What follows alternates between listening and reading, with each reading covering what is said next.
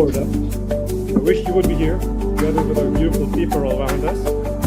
In a few minutes, we're going to tackle a very important subject, which is about the controversy of small LDL and triglycerides and how you can test this. Because it's only a specific test called NMR. So hang in there.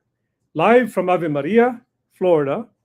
We're back here again with some beautiful people around us. We're going to tackle the issue of why there is a need for testing particular tests like the particles of the lipid. It's frustrating, really, for people, especially my friend from Tampa. He's a doctor. Unfortunately, he is not not unfortunate. He is a pathologist. So he cannot prescribe it on his own. He has to depend from his primary care doctor. And I keep on telling him, well, a mutual friend, who is a gastroenterologist, did he have a heart attack or no? But he had a bypass surgery because he had accumulated plaque. But had it been known, had it been prevented, what causes the plaque?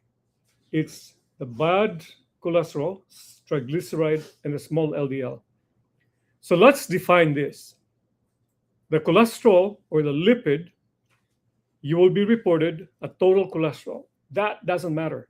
And please don't get the debate that another doctor will prescribe you statin just because on the basis of total cholesterol. You have to understand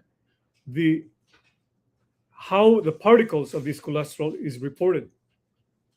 HDL, your friend, is the good cholesterol that would scavenge. I was not so smart in medical school, I have to tell you, but the only thing, the concept that really got into my mind was that HDL, the good cholesterol, is like the police. It scavenges, takes away the bad cholesterol running around the lumen of the blood vessels so that it will dump it to the liver and recycle it again as a cholesterol. Because cholesterol is our friend, really. It is used to produce hormone, also the different parts of the body. It supports that. Then the question then is that, why do we eliminate total cholesterol, like annihilate like a time bomb with a statin? Because it's a powerful drug, especially those PCSK medication. Well, you need cholesterol, for example, to develop myelin sheath. This is the sheath that is important in the transmission of information of the myelin, the nerve endings of the nerve. Well, if you don't have a myelin sheath, there's no transmission of information. And clinically, that's what you call memory loss, cognitive decline, or worse, dementia.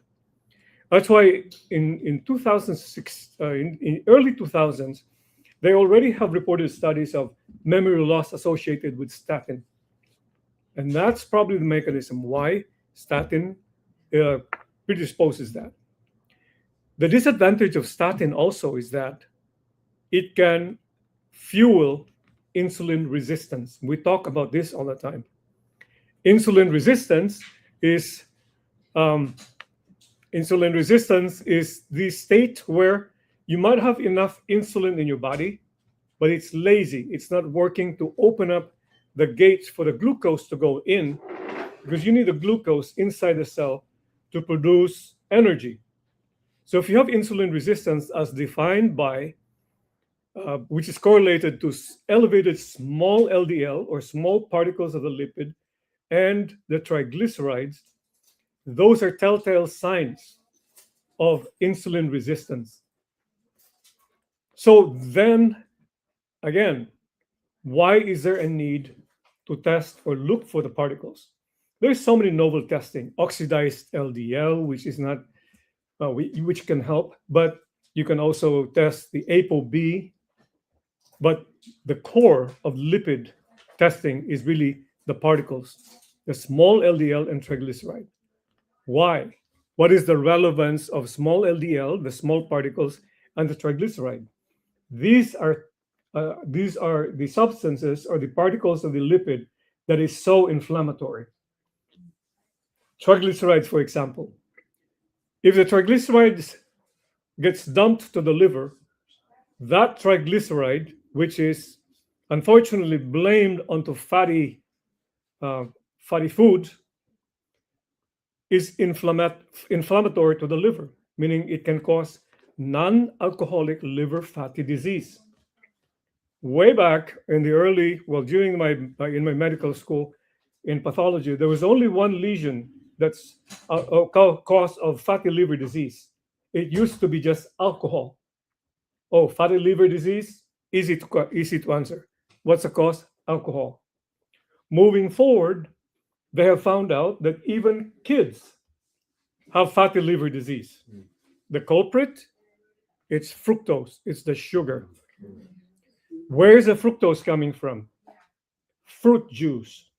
One cup like this could be maybe 3 fruits that is without fiber, and that concentrated fruit juice is an overdose. It's a natural drink, but it's an overdose of a drink that you're not supposed to be doing. Now, the um, the fructose is handled differently. It has no storage form.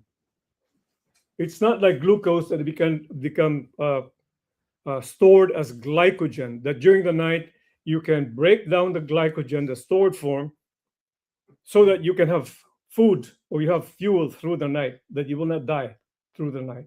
God is so wise. He designed it so well.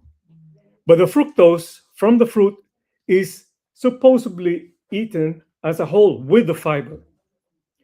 Just like what we're talking about, I think you missed the fibers for the making of the what do you call this? The sprouts.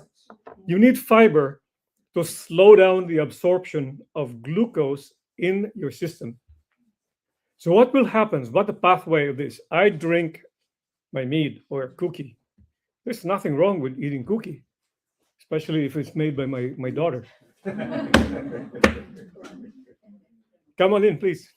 So what's the destiny of the rice, the pasta, the white potatoes, or the bread? It's easily absorbed.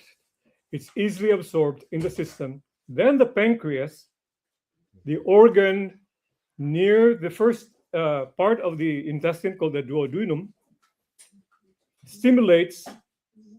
The sugar is stimulated to produce a what do you call this? Insulin.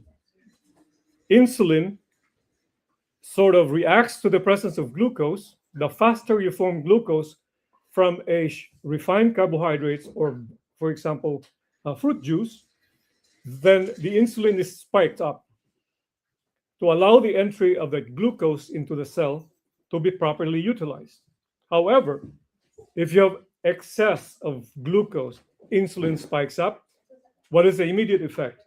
It will increase the production of fat in here. Barriga in Spanish, or visceral fat. Let's make it that way. That is the reason why the health marker, the only health marker of the body regarding metabolism, is not weight. It is this one here. Hold your breath.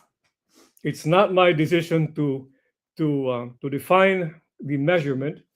For women, in general, less than 35 inches. If you make a measurement in the hip right here, make a parallel line to the floor, that is the proper way of checking. For men in general, if it's Caucasian, I don't like this measurement because it's a little big. 40 inches. It should be lower than that, 38. But if you are a Caucasian, if you're a Hispanic man, it should be less than 35. For women, in general, it has to be less than 30. So it's not the weight, it's the waistline, because that's where the fat is deposited here. And what triggers that is insulin indirectly from refined carbohydrates, no other. Also, no, not no other, one of them. But the biggest is the refined carbohydrates. like the source would be rice, pasta, bread, white potato, grains, sweet, like any sweet, for example, drink.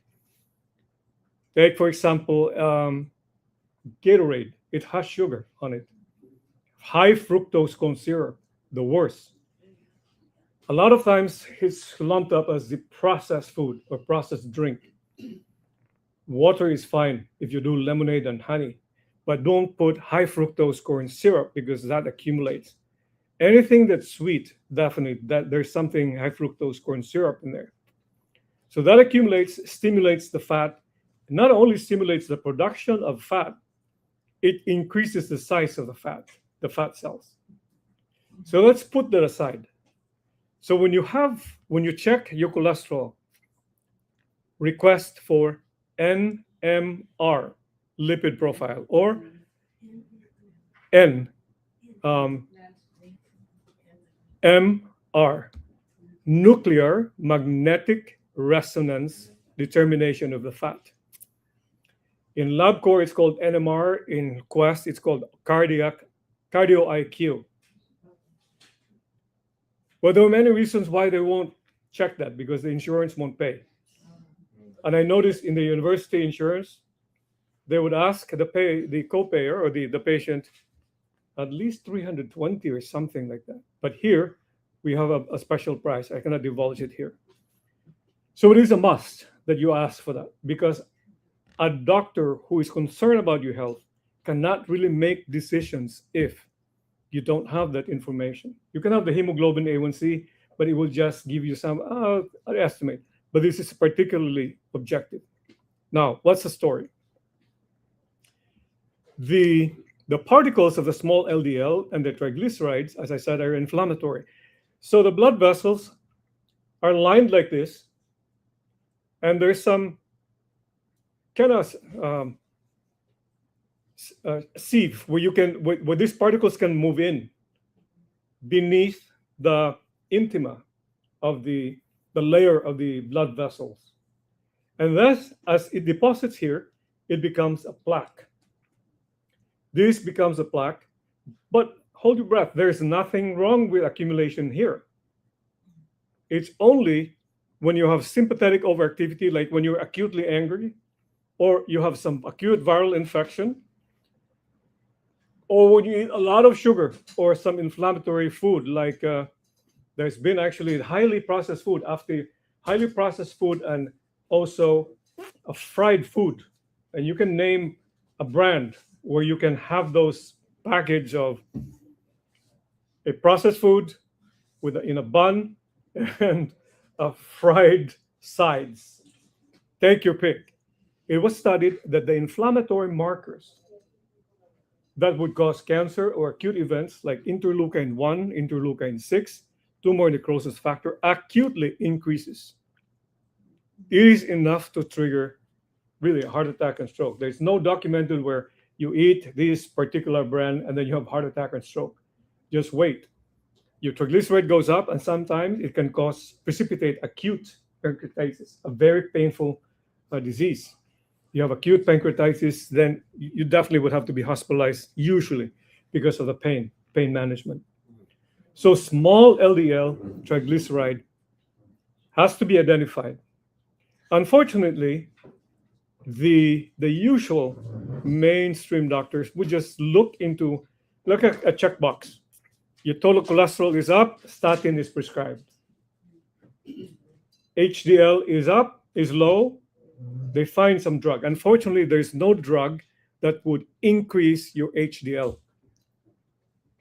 It's only exercise, oily fish, not the fish that's white, that is deep fried, but the oily fish is a salmon, which is the wild caught, because the salmon that's wild caught eats the algae, which is omega-3. So if you're using the farm salmon or fish, you're not eating anything. There's no omega-3 there. So it has to be that. Sardines, mackerel. But make sure you know the source, because you also have contamination of some trace minerals. So These are taken into consideration. What other vegetations that you can eat with omega-3, for example, that increases HDL? Avocado, which is a good. So if only Ave Maria would allow one avocado tree per family, that would be awesome. Maybe a couple. Flaxseed has that. So those, to name a few, omega-3 is your friend. Or the best would be extra virgin olive oil from a good source. Be careful, because there was a newspaper online that featured barrels of golden yellow looking liquid that was sold as extra virgin olive oil. Turns out it was nothing. We didn't even know. It was not petroleum, it was nothing. So you have to know where your source is. So extra virgin olive oil. Why did I mention that? Because people would say, do not take extra virgin olive oil because it's fat. Well, the reality is that the main source of triglyceride and small LDL is the refined carbohydrates. Bread, pasta. What did I say again? The grains, white potatoes. The sweet potatoes has more fiber, they said, and especially if you steam it and you put it in the refrigerator, it also changes the configuration of the carbohydrates. It becomes like a complex starch that is difficult. I mean, it has a slow release of glucose. The glucose is the culprit. So knowing this concept, there is really no need to take statin when you have drugs, or when you have this profile of low HDL, high triglyceride, and high small LDL. Take, for example, one case, 21-year-old student, very lean, admits to no vegetables, eats pretty much anything that's sweet. She was not obese. Checked her blood work. All her complaint was low energy, lack of sleep, and all those good stuff from the we call them the Gen Z. The Gen Z. So I took the blood work, NMR. Sure enough, 1,500 small LDL. HDL was low at 30s. Triglyceride was like 300. Wow. This is a young woman. If you take care of this, the chocolates and all the chocolate bars and the ice cream and the smoothie. Another physician who came in, my friend, who had been maintained with statin drugs and blood pressure medicine, and the same profile, small LDL was up, HDL was low, triglyceride was high. The only difference is that he has high blood pressure. What is the reason behind the high blood pressure? Well, the sugar stimulates the adrenal glands. The adrenal glands release norepinephrine and epinephrine that really constricts the blood vessels from the brain there, including the kidney. That would stimulate substance, activate the renin-angiotensin system, and also constrict that produce high blood pressure. So if you go back, blood pressure is a problem connected to the blood sugar. And the reason for the blood pressure is because of the sugar. Eliminate the source of sugar, which is diet first, and then most likely this will correct in itself. And I've seen that many times. And one patient of mine here who challenged me that I want to do it in 1 month. Sure enough, I saw it, because I said, no, I cannot do it because your insurance will not pay. I will pay, because it was only like less than 100 for the NMR. He proved it. He eliminated everything. Wine, because it's sweet, because he likes sweet wine. He eliminated everything with the pasta, the bread, the crackers, and all those stuff. Well, the second layer for that is that, yes, I eat clean. The other important cause of triglyceride or increase in sugar is stress. Acute stress is okay. It's just like when you see an alligator, your cortisol goes up because you need the sugar to the muscles, to the brain to run. But it's if it's every day, if it's everyday chronic stress, cortisol level is up. That cortisol level is the one that causes the bulging of your viscera. Why? Because insulin is going up every day, every hour maybe, increasing the number of cells of your visceral fat and increasing the size and number of the visceral fat. But if you correct that, if you change your diet, control your stress, that will correct. However, how do you correct or manage your stress? Of course, according to St. Francis de Sales, who handled the stress or the anxiety of St. Francis de Chantal, he said the first thing you need to do with stress is to know what you're stressed about. If you are if your relationship is not doing well, mend it. Second, if you're taking care of somebody, well, if you cannot handle it physically, then you need to have somebody to help you. If you're a student who's preparing for exam or a PhD, then prepare. Don't cram. That's what he said, because he was teaching also students.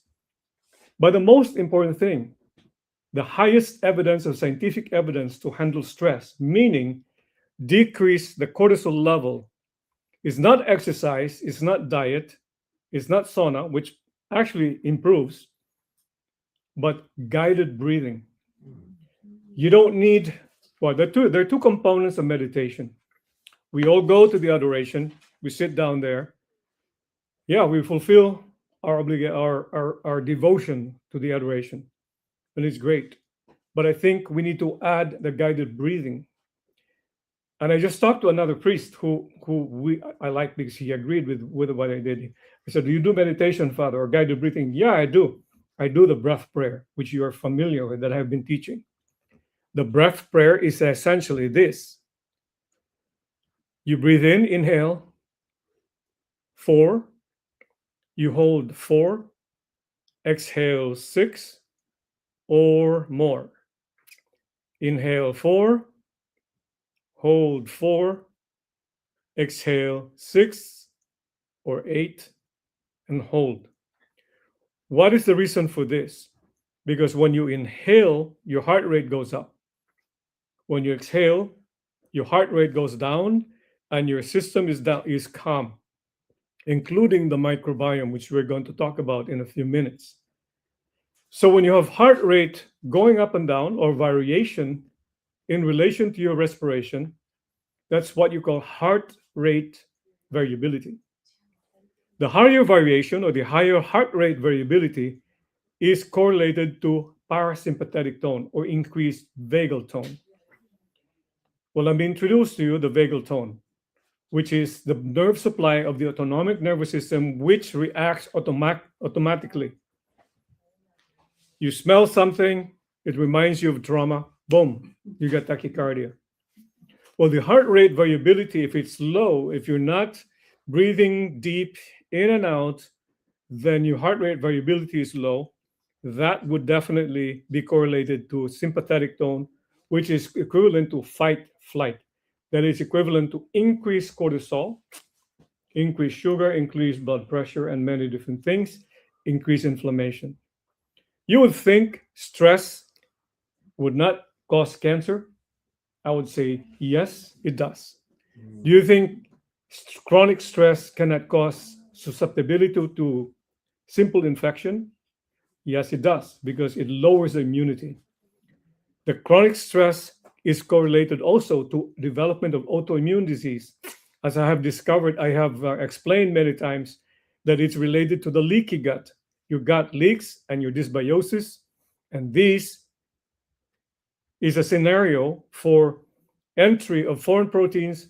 Remember, if you have one substance that's allergic, your body is allergic to one, most likely you're allergic to many, because it opens up the gate and allows entry. Autoimmune disease, for example, is exemplified by the entry of the bacteria called Yersinia, which has the same molecular configuration of the thyroid. They are connected. Now, when you have reminder of a stress, if you notice you have this squeezy feeling in your stomach, or even just, that guy reminds me of something. I need to fly. I don't need to engage. That's the vagal tone. That's the gut feeling that is innervated by the vagus nerve and is responds right away automatically. It is important to tone the vagus nerve, just like when you're flexing your muscles, you do it every day. And as I've said to my patients who I have identified that has high sympathetic tone or high anxiety level, breathing 4 times a day makes sense because the circadian rhythm is that there's increased cortisol level midnight to 4 o'clock. So then the cortisol needs to decrease when you wake up. So you do the guided breathing at least 20 times. At noontime, why? Because there's a lot of stress from morning to 12. That's just part of life. And then by noontime, you also have this 2 to 3 o'clock crash. Like, and also before you go to bed, you have to reset again your sympathetic tone to be able to reset your brain so that the brain is calm so that you can sleep better. I have a friend who says, yes, I've done everything before, um, lit down my light, but I watch war movies or anything. That would not help. And he knew, he knows that what it is. Besides, the LED light, the light from the TV, can definitely affect you. When you're doing guided breathing, it helps increase your melatonin to set you up for sleep. But if you lower it down by light entry into the retina, then the melatonin that has accumulated through the day will be equivalent to nothing. Then you have no other choice but to supplement yourself with melatonin, at least 3 milligrams. So the guided breathing would also increase your GABA, which calms the brain, would also increase the taurine that calms the brain. Serotonin, which is the happy pill, the happy neurotransmitter, also decreases. So at night, you can actually keep yourself calm. Calm.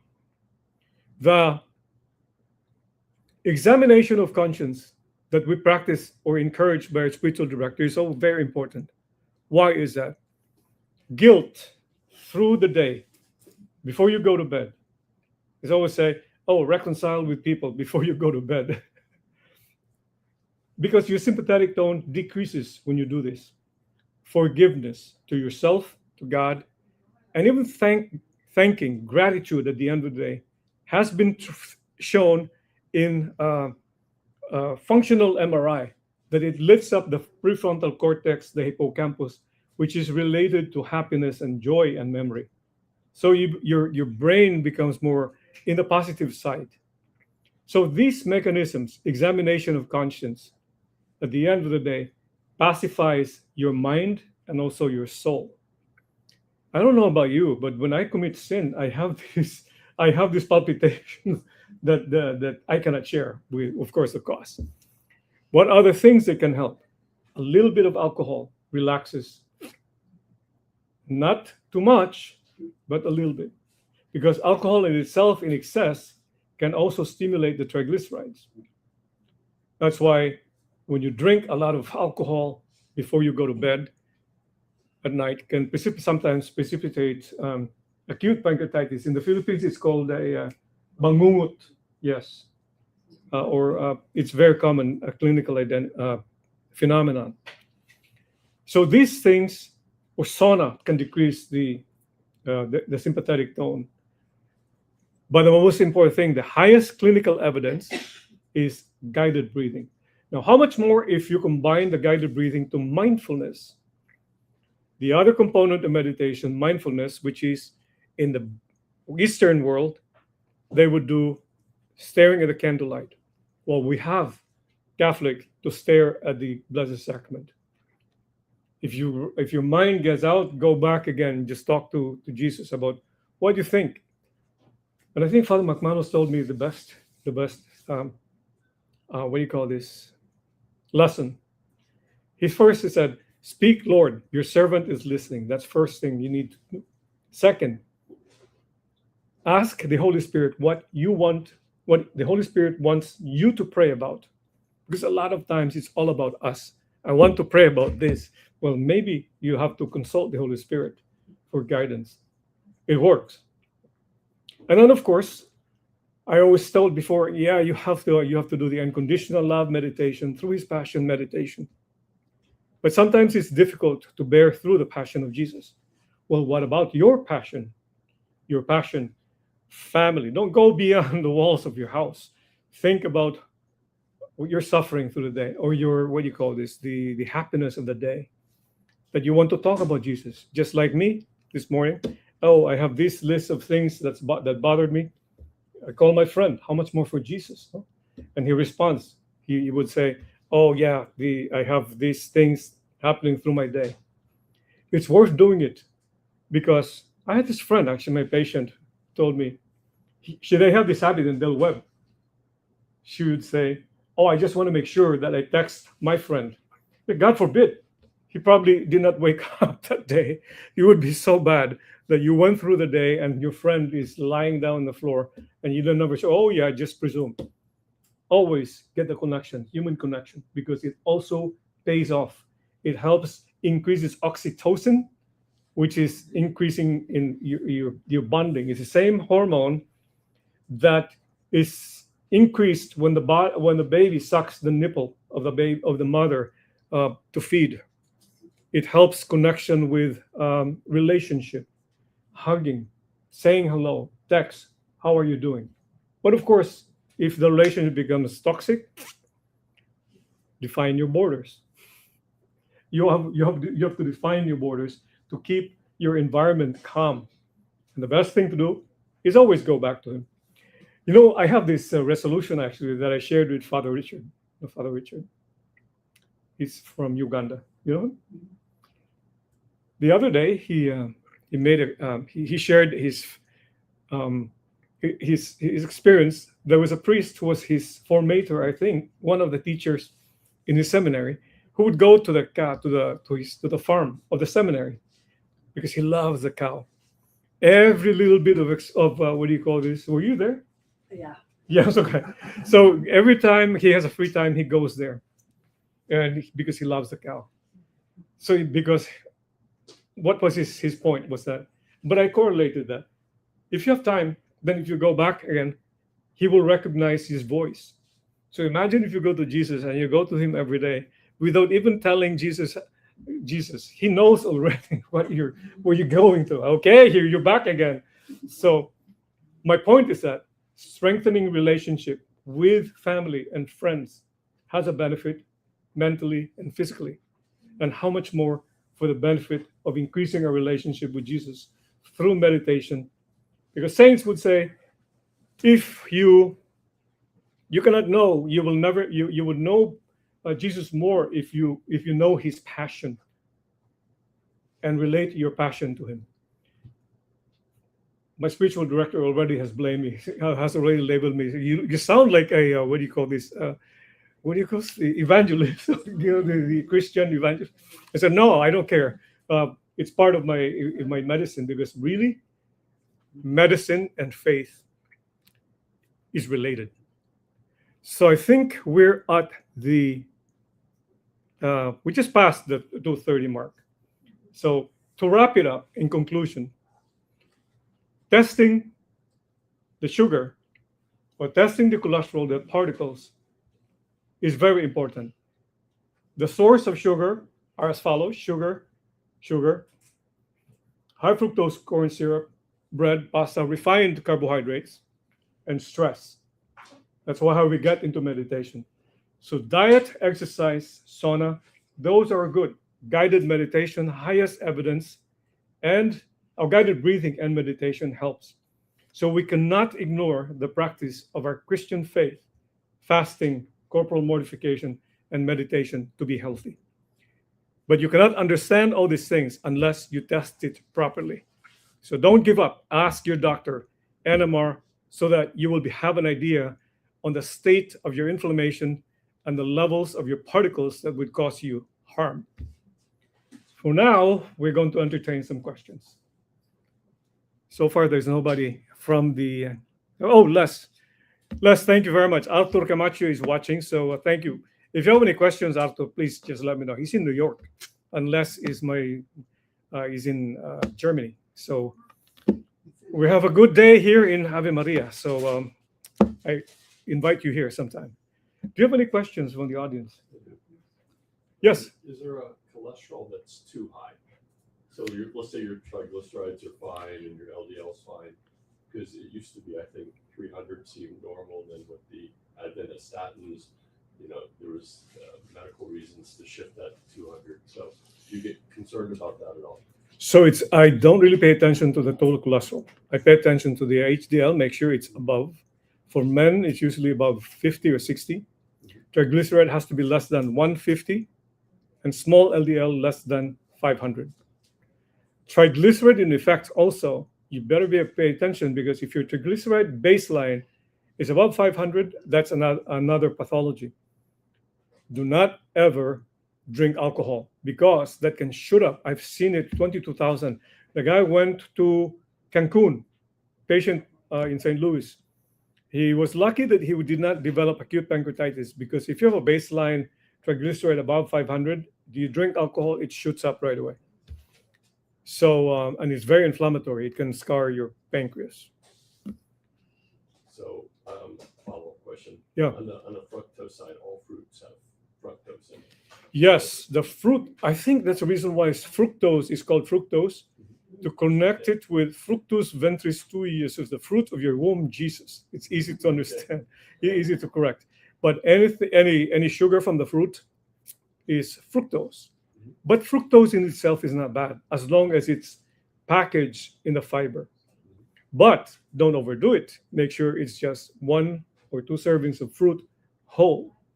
Could you please explain again the NMR test? I missed that. Yes, Arthur, just for you. Arthur is my friend from Cebu, Philippines, but now he's in New York. So the usual test is this: total cholesterol, triglyceride, which is bad cholesterol, and HDL, which is a good cholesterol. That's it. And you have LDL, the bad cholesterol, supposedly. Let's take the HDL aside. Those are good cholesterol. Let's take triglyceride, which is a bad cholesterol that is usually from, hold your breath, refined carbohydrates, which is exemplified by rice, bread, pasta, white potatoes, sugared drinks, processed food, which has a lot of what do you call this? High fructose corn syrup. So those are the sources. Again, there's another subset of source: stress, chronic stress, which increases your cortisol. So if you are just getting the report from your doctor of total cholesterol, HDL, and LDL, and reported as total LDL, then you would not really know exactly what type of particle there is there. You have the triglyceride. But a small LDL is critical, because you might have the total LDL, the bad cholesterol, labeled, and it might have been predominantly a large LDL, or the large particle of LDL. That LDL, that's large particle, has no bearing in terms of inflammation. It will not go inside the intima, or the lining of the blood vessel, to cause plaque. It is the small LDL, and it can only be reported in NMR, or nuclear magnetic resonance. Arthur, if you were here, I would write a prescription, and you go to the LabCorp, and if it's billed to Cadenza, and you will save money, because the pricing here is very different compared to other facilities. So I hope that explains that. Thumbs up, love, Arthur. You have any questions? I have 2 questions. Yes, Okay? please. Yes. Okay. So if you don't have control of a situation with relationships in your family, Mhm. but that's chronic stress because you want it to be, Yes. so mainly with children's and Yes. Asking for a friend. yeah, I'm asking for a friend. So the question here is chronic stress from relationship. From relationships. You're not alone. Yeah. I just read an article from Fox News that Gen Z, the generation behind the millennial, 60% have been identified to cut off friends and family. Yes. Is that our problem? That is their problem. One good psychologist who actually had a good word for this. If you have this situation, do not drop your knee and climb on what you crawl onto the Gen Z who is cutting you off.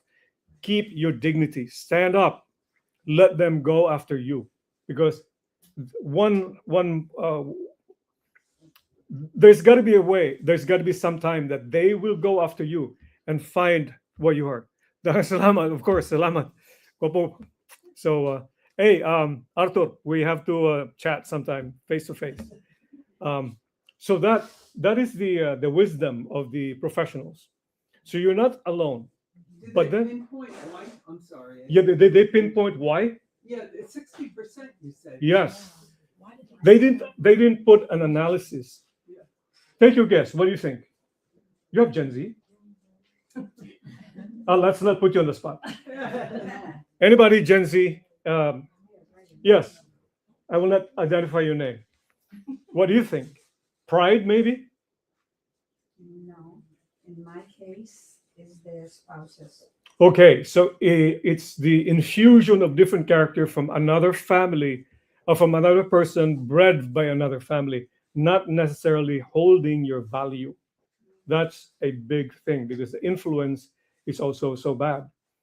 But it is a must that, number one, two things to be practiced every day: gratitude.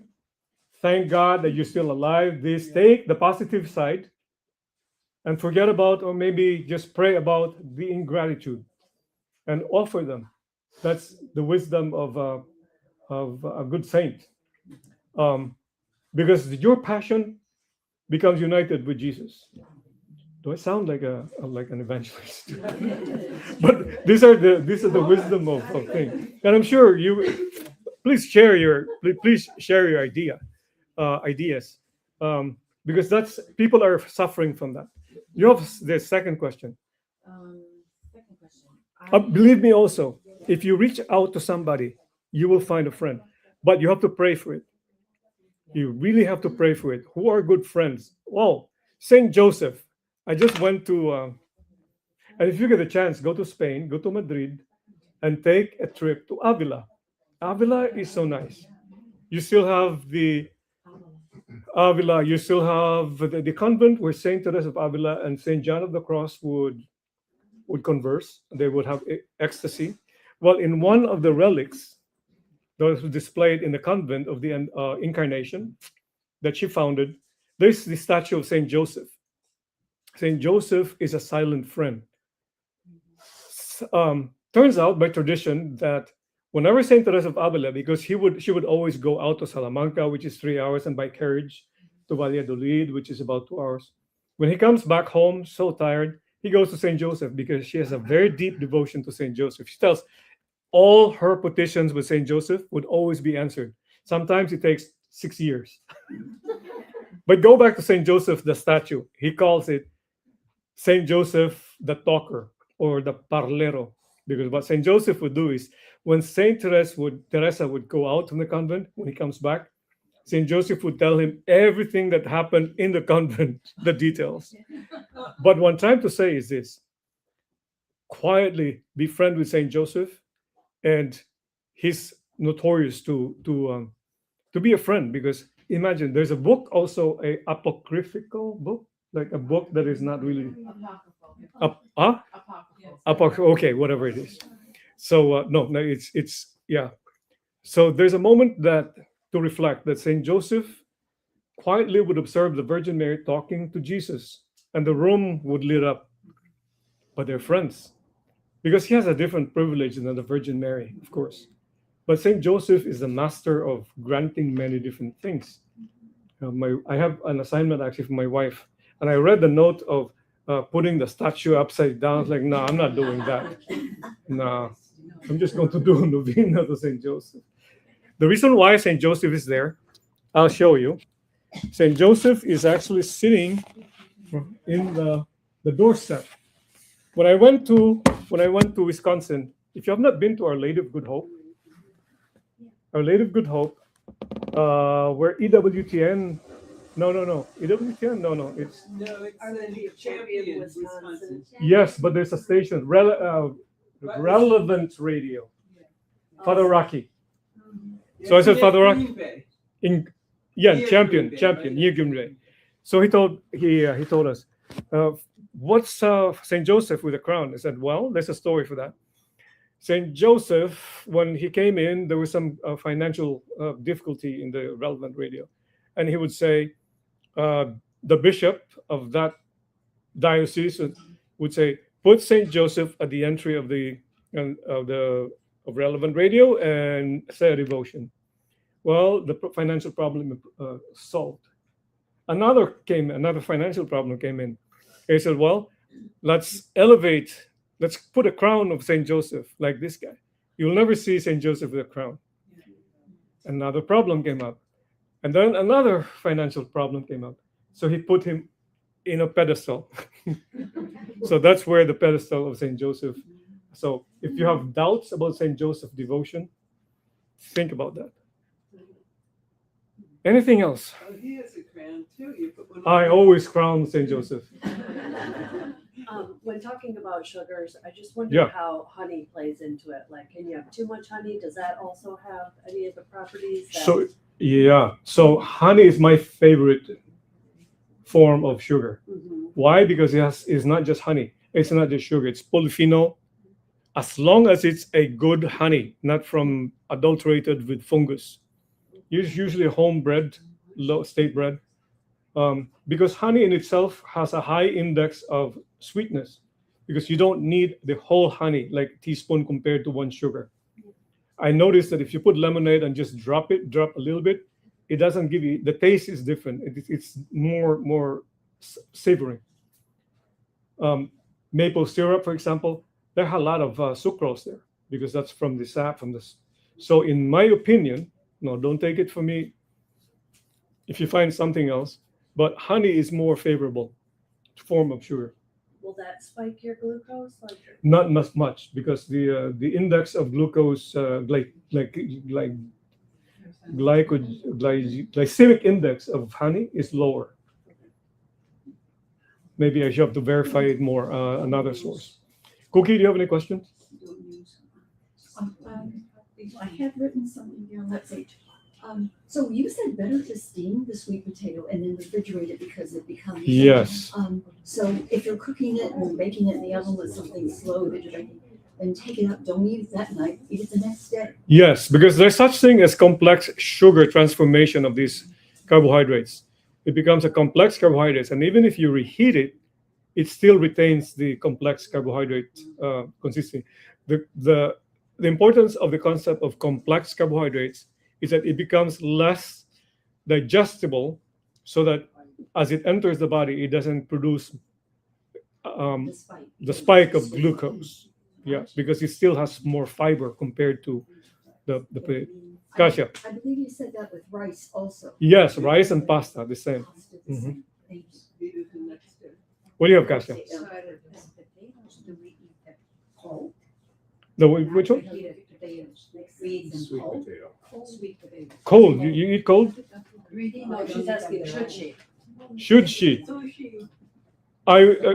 If you have a choice of carbohydrates, I would use the least rice, pasta, bread, and even if you say sourdough bread, the sourdough bread is still a refined carbohydrates. Only it's prepared with bacteria, but it's still refined carbohydrates. So, for example, if you're struggling with hemoglobin A1C or your blood sugar or your visceral fat, for example, this one here, don't doubt. Just take away those things, and it will just revert on itself. But you reheat the sweet potato. You can if you want. It doesn't change. I remember one time you said if you're going to have fruit, don't have it the first thing in the morning. Have some other kinds of protein. or I something definitely recommend that, because first thing in the morning you already have you need a good deposit of good fibrous food, and good caloric load, protein, good oil, avocado, eggs, for example, Hard-boiled eggs. chia seed, hard-boiled eggs. What else do you have? Chia seed that I already soaked the night previous, and then I make a smoothie. And don't forget your yogurt. The key of the health is really the bacteria, the yogurt. 4 species: Lactobacillus gasseri, which we make it here, Rotary, and also Subtilis, which I have not made. Gasseri is also a different property. Lactobacillus gasseri is also related to joint pains. The combination of Lactobacillus gasseri and Rotary had been proven to improve the pain index of particular joint problems, degenerative joint disease or osteoarthritis and rheumatoid arthritis. How beautiful is that? You can grow it in your intestine, replenish it, and you live a good life. How do you spell that? Which one? B, the one that begins with a B. Oh, gasseri? No, Rotary and Gasseri, I know. Subtilis. Yes. Subtilis. Well, there's the sugar right there. Oh my. To you. It's her birthday too. Happy birthday to you. Hey Arturo, look. Happy birthday, dear doctor. We're having a. Birthday to you. Where's the okay? So we're having we have a dispensation. First in line to get the cake would be Dr. Ditos. Well, it's low in sugar. Anyway, well, thank you very much. We don't want to. So for our audience from somewhere, Arturo, let's chica chica ta Arturo. Les, thank you very much. Say hello to Gus, and we're going to say goodbye for everybody, right? And we will end the stream. Have a good day, everybody.